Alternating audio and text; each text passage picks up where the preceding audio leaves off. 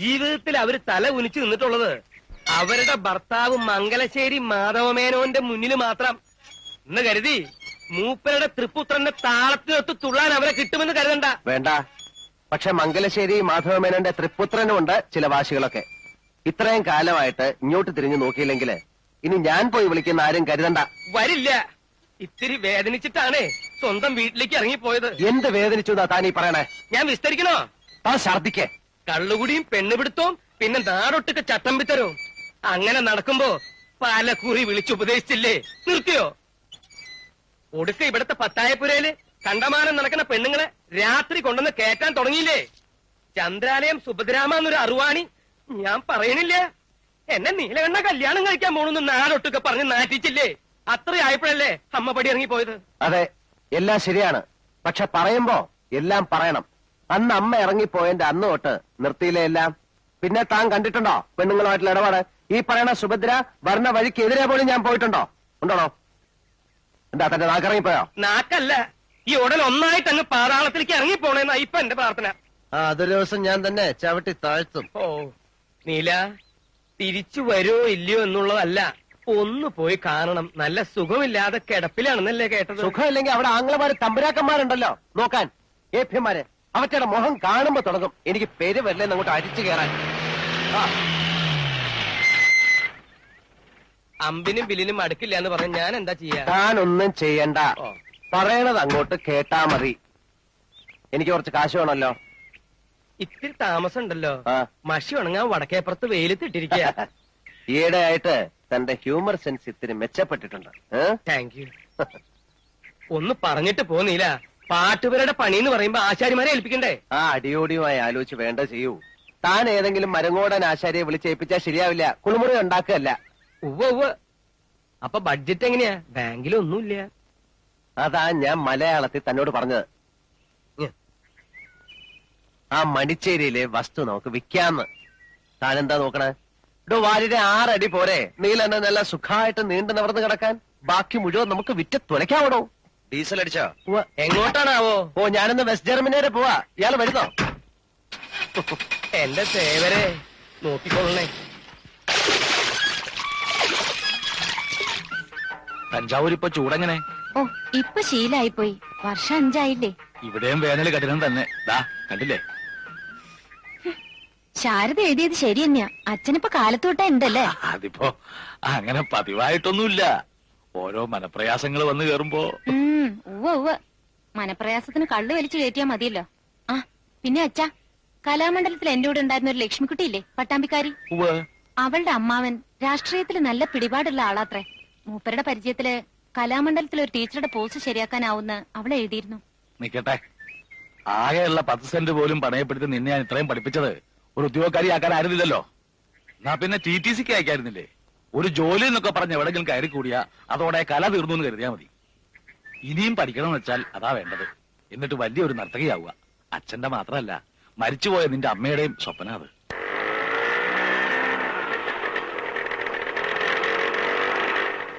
എന്താ ബാനു, അറിയോ ലീലെടുത്തിന്റെ അങ്ങനെ ചോദിക്കുന്നത്? അല്ല, വലിയ പഠിപ്പൊക്കെ കഴിഞ്ഞ ആളല്ലേ എന്ന് കരുതി സ്വന്തം ബന്ധമൊക്കെ മറക്കുവോ? ഭാനു ആളാകെ മാറിട്ടോ. നേരം കിട്ടിയാ ഒന്ന് അങ്ങോട്ടൊക്കെ ഇറങ്ങോ? വരാലോ. എന്നാ പോവാം വാസുട്ടാ. ലീലയെടുത്തിയുടെ നാക്കിന് ഒരു മാറ്റവും ഇല്ല. അസത്ത അവനും അതെ, വഷളൻ.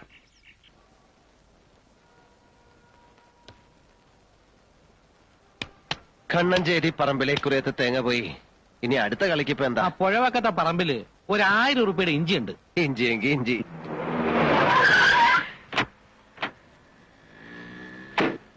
അവൻ ഇങ്ങോട്ടേക്കും വന്നില്ലേടാ ആ നീലകണ്ഠൻ? എന്റെ ശേഖരനെ ആൾക്കാരെ വട്ടം പിടിച്ച് നിർത്തിയിട്ടാ. ഇല്ലെങ്കിൽ ഇന്നലെ തന്നെ തീർന്നേനെ ഇവന്റെ കഥ. ഇവൻ മൂർഖനാണെങ്കിൽ അത് രാജ വെമ്പാലയാ. ചെവിക്ക് നുള്ളിക്കോളാൻ പറയാ അവനോട്.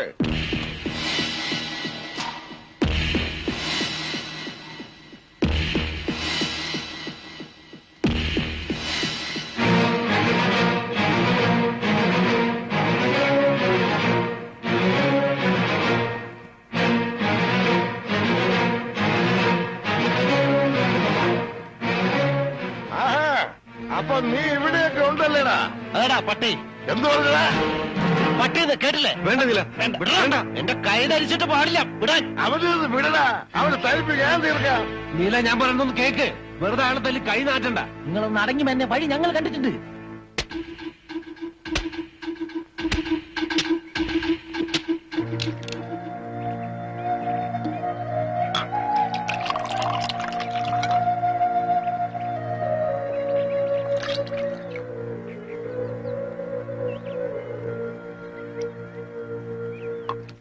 ഒഴിച്ചു കൊടുക്ക് എന്നിട്ട് ചെവിയിൽ ഓതിയിട്ട് പ്രാന്തെടുപ്പിക്കേ.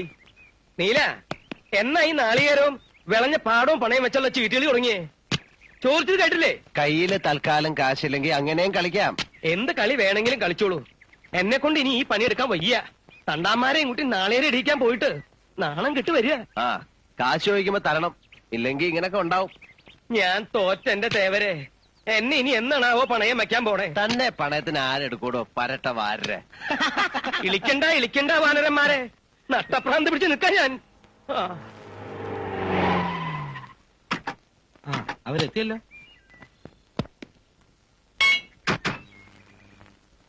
ഇതേതാ ഈ പുതിയ അവതാരം? വാരരെ അകത്തേക്ക് പോവാ. ആ പോവാ. ചാക്കോ, കല്ലൻ ചാക്കോന്നാ വിളിക്കുക.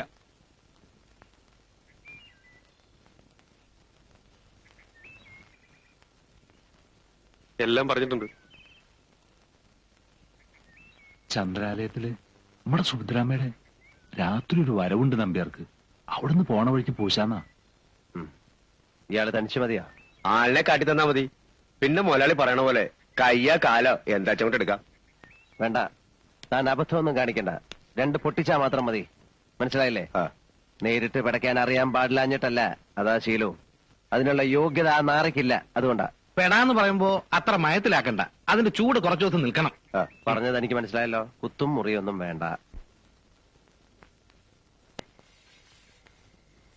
അച്ഛൻ എന്നും ഇങ്ങനെയാ? വൈകുവോ? ആ, ചില ദിവസം വന്നില്ലാന്നും വരും. കൂടുതലകത്ത് ചെന്നാ പിന്നെ എത്ര അടുത്ത് കിടന്നൊന്നും വരും. ഈ അടുത്ത ഇത്രയും കൂടിയതല്ലേ? അർബൻ ബാങ്കിൽ നിന്ന് നോട്ടീസ് 3 തവണ വന്നിരുന്നു. ഇനി ജപ്തി ചെയ്ത് ഒഴിപ്പിക്കുന്നൊക്കെ മാനാട്ടക്കിടാവ് പറയണ കേട്ടു. അച്ഛൻ ഇനി കടം ചോദിക്കാനായി ബാക്കി ഏഴിലക്കരയിലെ ശിവനും മുണ്ടയ്ക്കലെ ഭഗവതിയും മാത്രമേ ഉള്ളൂ. കൊളപ്പുറത്തുകാരെ സഹായിക്കില്ലല്ലേ? നല്ല കഥയെ. ബന്ധുക്കളാന്ന് പറഞ്ഞിട്ട് എന്താ ഭാനുവച്ചി? ഇത്ര നാറികള് ഈ ദേശത്തില്ല. രണ്ടും കണക്കാ. ലീലയെടുത്തിയും വാസുവേട്ടനും. അയാളുടെ ചില നോട്ടവും മൂളലൊക്കെ കാണുമ്പോ ചൂലെടുക്കാൻ തോന്നും.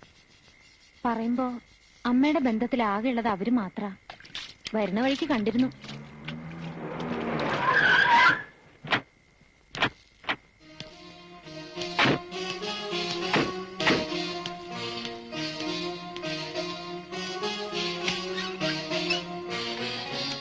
മുണ്ടയ്ക്കലെ കുഞ്ഞികൃഷ്ണൻ നമ്പ്യാരാവും സുഭദ്രാമ്മയുടെ ഇപ്പോഴത്തെ ആളാ. നിനക്ക് സകല ന്യൂസും കിട്ടുന്നുണ്ടല്ലോടി. കൊളക്കടവിലെ ന്യൂസ് സർവീസ് എന്നാ.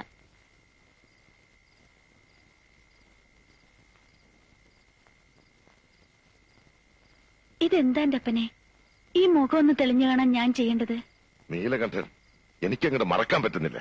ഇതങ്ങ് അവസാനിപ്പിച്ചൂടെ? പുണ്ണിക്കുത്തി വലുതാക്കിയ പിന്നെ അവിടെ വെച്ച് മുറിച്ചു കളയും. ഞാൻ അതിനും മടിക്കില്ല. ഒട്ടും മോശമല്ല നീലകണ്ഠനും, അറിയാലോ. ഉവ്വ്, അവന്റെ കഴിവ് മറ്റാരേക്കാളും കൂടുതൽ നിനക്കല്ലേ അറിയാ. എടീ, പുഴുത്ത പട്ടിയെ പോലെ ആട്ടിപ്പായിച്ചപ്പോ ഞാനേ ഉണ്ടായിരുന്നുള്ളൂ. ഓർമ്മ വേണം അത്. ഒന്നും മറന്നിട്ടില്ല. പക്ഷേ ഞാനൊരുത്തി കാരണമല്ലേ നീലന്റെ അമ്മ വീട് വിട്ടിറങ്ങിപ്പോയത്. വേണ്ട, കൂടുതൽ പുറകോട്ട് പോകണ്ട. അല്ലെങ്കിലും നിനക്കിപ്പോഴും കൂടെ അവനോടാണെന്ന് എനിക്കറിയാം. ഇതപ്പം നന്നായത്. അപ്പോഴേക്കും പിണങ്ങിയോ? നീ കണ്ടോടി, ചിലതൊക്കെ അടുത്തു തന്നെ നടക്കും.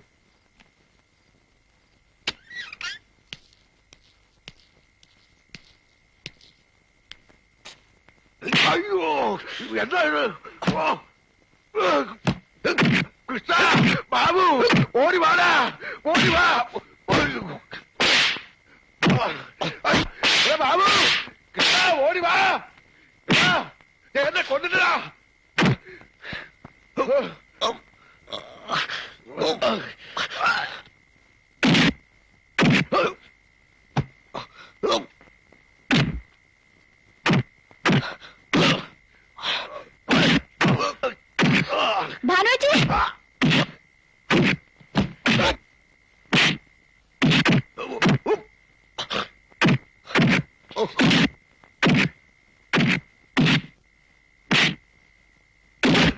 അയ്യോ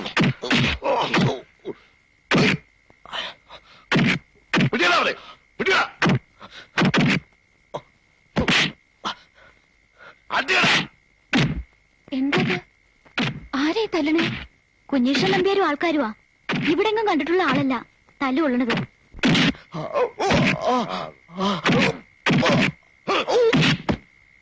പറയടാ നായിന്റെ പോലെ ആരാണ് അതിനെ അയച്ചത്? ഷീനിനെ തല്ലരുത്, തല്ലരുത്, പറയാ. കൊന്നോളായി ഞാൻ.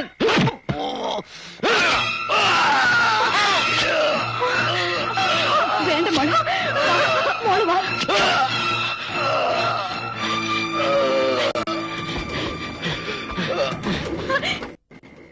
വേണ്ട മോളെ, ഒന്നും കണ്ടിട്ടുമില്ല കേട്ടിട്ടുമില്ല.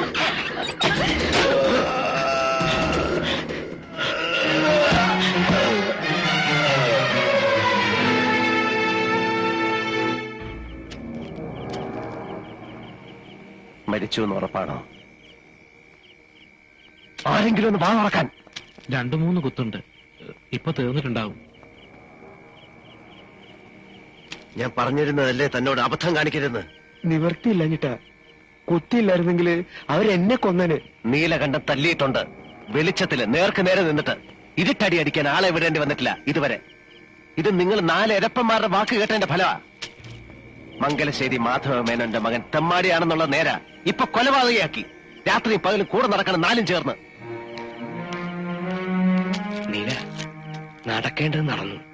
ഇനി വൈകാതെ ഇവനെ എവിടെയെങ്കിലും ഒളിപ്പിക്കാൻ നോക്ക്. അതാ ബുദ്ധി.